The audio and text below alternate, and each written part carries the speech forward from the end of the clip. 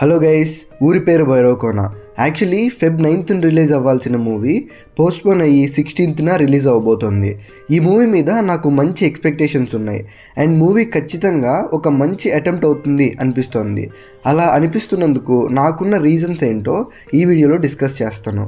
So first reason, the director V I Anand garu filmography చూస్తే ఆయన direct చేసిన ప్రతి మూవీ ఒక డిఫరెంట్ జానర్లో ఉంటుంది. Irrespective of hit or flop, అతని మూవీస్ కొత్తగా ఉంటాయి. ఎక్కడికి పోతావు చిన్నవాడ అండ్ 2017లో వచ్చిన ఒక్క క్షణం, డిస్కో రాజా, ఈ 3 సినిమాలు కూడా డిఫరెంట్ అటెంప్ట్స్ అనే చెప్పుకోవాలి. విఐ ఆనంద్ మూవీస్లో నాకు ఫేవరెట్ అయితే ఒక్క క్షణం మూవీ. 2017లో ఆ మూవీ రిలీజ్ అయినప్పుడు చూశాను, నాకు భలే నచ్చేసింది ఆ టైంలో.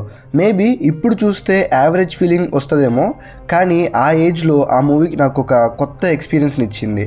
ఆ మూవీ కాన్సెప్టే చాలా కొత్తగా ఉంటుంది. ప్యారలల్ లైఫ్స్ అని ఇంటర్నెట్లో ఒక థియరీ ఉంది. ఆ థియరీ ఏం ఎక్స్ప్లెయిన్ చేస్తుంది అంటే, ఇమాజిన్ ఒక పర్సన్ చిన్నప్పుడు అతను పుట్టిన వెంటనే అమ్మ చనిపోయింది. అతనికి 10 ఏళ్ళు ఉండగా అతనికి ఒక పెద్ద యాక్సిడెంట్ జరిగింది. అతనికి 25 ఏళ్ళు ఉన్నప్పుడు పెళ్ళయింది. ఇప్పుడు సంబంధం లేని ఇంకో పర్సన్కి ఫస్ట్ పర్సన్కి జరిగిన ఈవెంట్స్ సేమ్ డే సేమ్ టైంలో యాజ్ ఇట్ ఈజ్ అలానే జరిగితే ఆ థియరీనే ప్యారలల్ లైఫ్స్ అంటే. నిజానికి అలా జరగడం ఇంపాసిబుల్. ఇన్ కేస్ ఒకవేళ జరిగితే ఎలా ఉంటుంది అనే టాపిక్ని తీసుకొని ఒక్క క్షణం మూవీని తీశారు.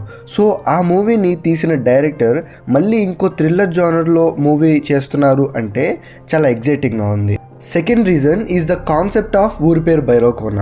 ట్రైలర్ చూసిన తర్వాత మూవీలోని కాన్సెప్ట్ నాకు చాలా ఇంట్రెస్టింగ్గా అనిపించింది. శ్రీకృష్ణదేవరాయ కాలంలో చలామణిలో ఉన్న గరుడ పురాణానికి ఇప్పటి గరుడ పురాణానికి 4 పేజీలు తగ్గాయి. గరుడ పురాణంలో మాయమైన ఆ 4 పేజీలే ఈ భైరవ కోన. ట్రైలర్ని బట్టి కాన్సెప్ట్ ఏంటంటే గరుడ పురాణం. ఈ గరుడ పురాణం మనకు ఎలా బతకాలి అనేది నేర్పిస్తుంది. ఒకవేళ మంచి దారిలో కాకుండా చెడు దారిలో వెళ్తే నరకానికి వెళ్తారు, అక్కడ ఎలాంటి శిక్షలు అనుభవిస్తారు అనే వాటి గురించి ఈ పురాణం ఎక్స్ప్లెయిన్ చేస్తుంది. కానీ మూవీలోని కాన్సెప్ట్ ఏంటంటే, శ్రీకృష్ణదేవరాయల కాలంలో ఈ గరుడ పురాణంలో 4 పేజెస్ ఎక్స్ట్రా ఉండేవి, బట్ ఇప్పుడు ఆ 4 పేజీలు మిస్ అవుతున్నాయి అని చెప్తారు. ఆ 4 పేజీలే ఈ భైరవకోన అని కూడా చెప్తారు.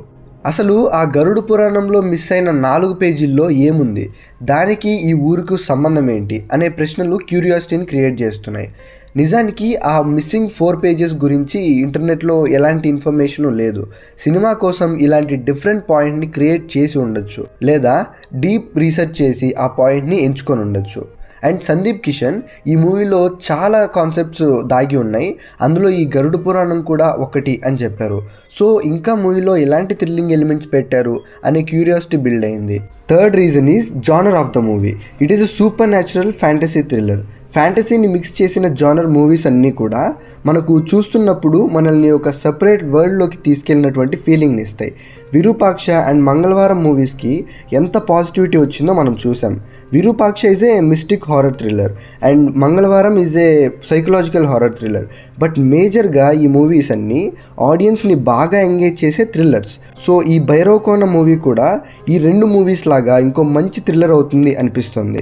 సో February 16th రిలీజ్ అవ్వబోతున్న ఈ మూవీ గురించి చాలా ఎగ్జైటెడ్ ఉన్నాను. That's it guys. ఈ మూవీ మీద మీ ఒపీనియన్స్ ఏంటో కమెంట్స్లో రాయండి.